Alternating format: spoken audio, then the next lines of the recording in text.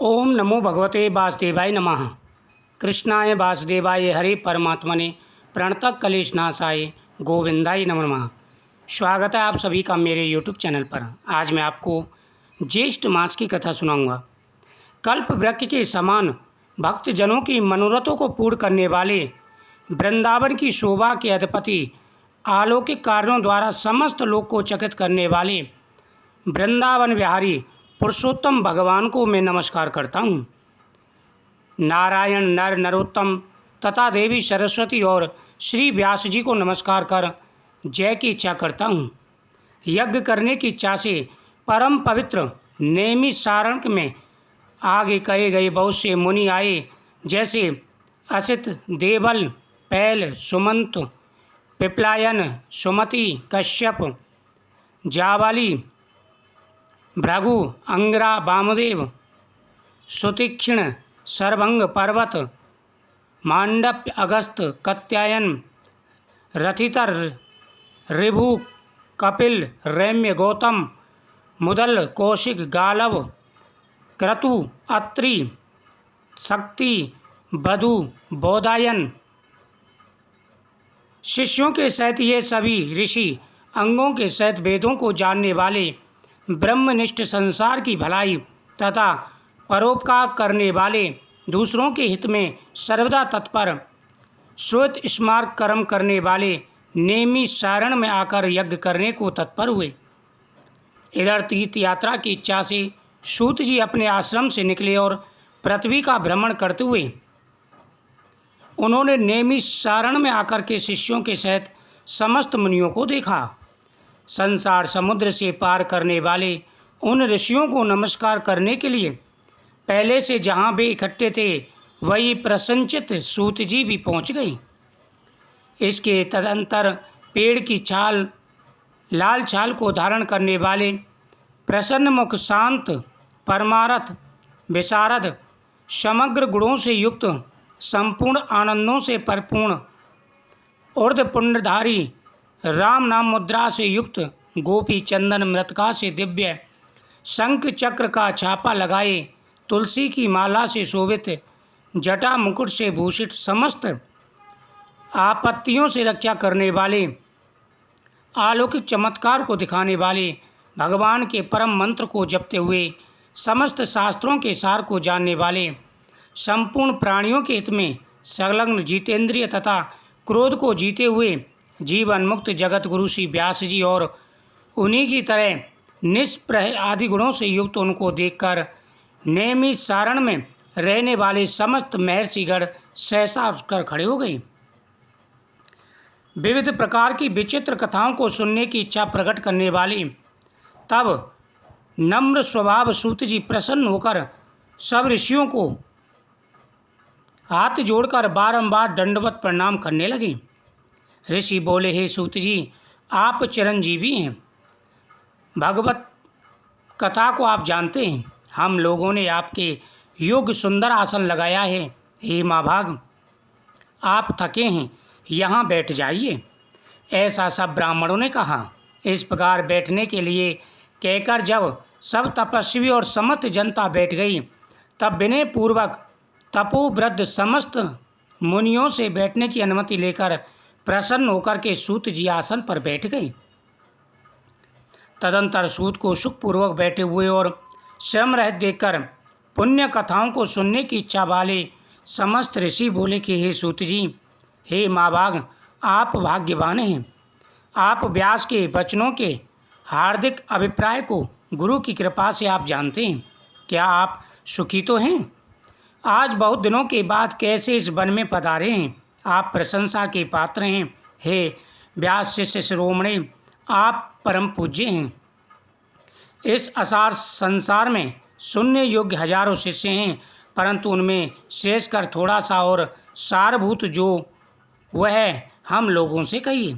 हे महाभाग, संसार समुद्र में डूबते हुए को पार करने वाला तथा शुभ फल देने वाला आपके मन में निश्चित ही विषय जो हो हम लोगों से कहिए। हे अज्ञान रूप अंधकार से अंधे हुए को ज्ञान चक्षु देने वाले, भगवान के लीला रूपी रस से युक्त परमानंद का कारण संसार रूपी रोग को दूर करने में रसायन के समान जो कथा का सार हो वही हमसे शीघ्र कहिए। इस प्रकार शौनक आदि ऋषियों के पूछने पर हाथ जोड़कर सूत जी बोले, हे समस्त मुनियों, मेरी कही हुई सुंदर कथा को आप लोग सुनिए। हे विप्रो, पहले मैं पुष्कर तीर्थ को गया, वहाँ स्नान करके पवित्र ऋषियों, देवताओं तथा पितरों को तर्पण आदि से तृप्त करके तब समस्त प्रतिबंधों को दूर करने वाली जमुना जी के तट पर गया। फिर क्रम से अन्य तीर्थों को जाकर गंगा तट पर गया, पुनः काशी आकर तदंतर गया तीर्थ पर गया, पितरों का श्राद्ध कर त्रिवेणी पर गया। हे ऋषिगणों, तदंतर कृष्ण के बाद गंडकी में स्नान कर पुलह ऋषि के आश्रम पर गया। धेनुमती में स्नान कर फिर सरस्वती के तीर पर गया। वहाँ हे विप्रो, तिरात्रि उपवास कर गोदावरी गया। फिर कृतमाला, कावेरी, निर्विंधा, ताम्रपर्णका, तापी, व्यायसी, नंदा, नर्मदा, शर्मदा नदियों पर गया। पुनः चरमंडी में स्नान कर पीछे सेतुबंध रामेश्वर पहुंचा। तदंतर नारायण का दर्शन करने के हेतु बद्री आश्रम में गया। तब नारायण का दर्शन कर वहाँ तपस्वियों को अभिनंदन कर पुनः नारायण को नमस्कार कर और उनकी स्तुति कर सिद्ध क्षेत्र पहुँचा। इस प्रकार बहुत से तीर्थों में घूमता कुरुक्षेत्र तथा जंगल देश में घूमता घूमता फिर हस्तिनापुर में पहुँचा। हे द्विजो, वहाँ यह सुना कि राजा परीक्षित राज को त्याग बहुत ऋषियों के साथ परम पुण्यप्रद गंगा तीर गए हैं और उस गंगा तट पर बहुत से सिद्ध ऋषि भूषण, जिनका जैसे योगी लोग और देव ऋषि वहाँ पर आए हुए हैं। उनमें कोई निराहार, कोई वायु भक्षण कर, कोई जल पीकर, कोई पत्ते खाकर, कोई श्वास को ही आहार कर, और कोई फलाहार कर, कोई पैन का आहार कर रहे थे। हे द्विजो, उस समाज में कुछ पूछने की इच्छा से हम भी गए। वहाँ ब्रह्मस्वरूप भगवान महामुनि व्यास के पुत्र, बड़े तेज वाले, बड़े प्रतापी श्री कृष्ण के चरण कमलों को मन से धारण किए हुए श्री सुखदेव जी आए। उन 16 वर्ष के योगीराज संघ की तरह कंठ वाले, बड़े लंबे चिकने वाले, घिरे हुए मुख वाले, बड़ी पुष्ट कंधों की सिंधि वाले, चमकती कांति वाले, अद्भुत रूप वाले ब्रह्म रूप। इस प्रकार वहाँ पर जैसे मस्त हाथियों से घिरा रहता है, उसी प्रकार धूल हाथ में ली हुई स्त्रियों से घिरे हुए सर्वांग धूल रमाए महामुनि सुखदेव जी को देख सब मुनि प्रसन्नता पूर्वक हाथ जोड़कर सहसा उठकर खड़े हो गए।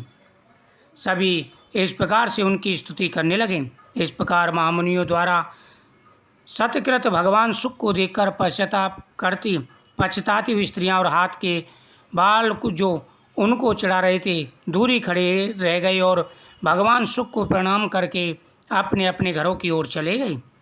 इधर मुनि लोगों ने सुखदेव के लिए बड़ा ऊंचा और उत्तम आसन बिछाया। उस आसन पर बैठे हुए भगवान सुख को कमल की कणका को जैसे कमल के पत्ते घेरे रहते हैं, उसी प्रकार मुनि लोग उनको घेर कर बैठ गए। यहाँ बैठे हुए ज्ञान रूप महासागर के चंद्रमा भगवान महामुनि व्यास के पुत्र सुखदेव ब्राह्मणों द्वारा की हुई पूजा को धारण कर तारा गरुण से घिरे हुए चंद्रमा की तरह शोभा पा रहे थे। इति श्री ज्येष्ठ मास का प्रथम और द्वितीय अध्याय समाप्त हुआ। इति श्रीमन्नारायण नारायण नारायण भजमन नारायण नारायण नारायण। इस कथा का श्रवण करने से सभी प्रकार की मनोकामनाएं पूरी हो जाती हैं। प्रतिदिन कथाओं का श्रवण करें और भगवान के मंत्रों का जाप करें। जान अनजान किए गए पापों का नाश हो जाता है और व्यक्ति की हर प्रकार की मनोकामना पूरी हो जाती है। ओम नमो भगवते वासुदेवाय नमः। ओम नमो नारायणाय नमः। जय श्री कृष्ण।